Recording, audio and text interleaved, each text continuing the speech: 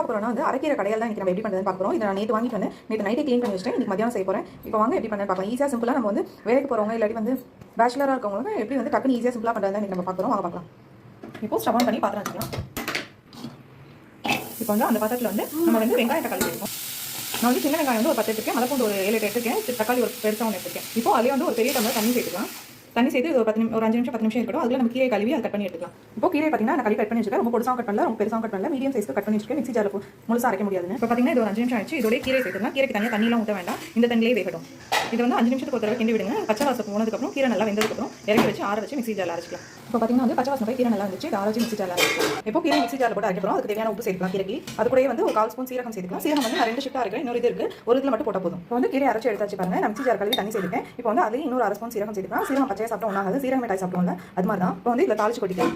இப்போ தாளிச்சாச்சு. இதில் நான் என்ன சேர்த்துனா கடுகு உளுத்தம் பருப்பு வரமிளகாய் சேர்த்துக்கேன். காரத்துக்கு இன்னும் 2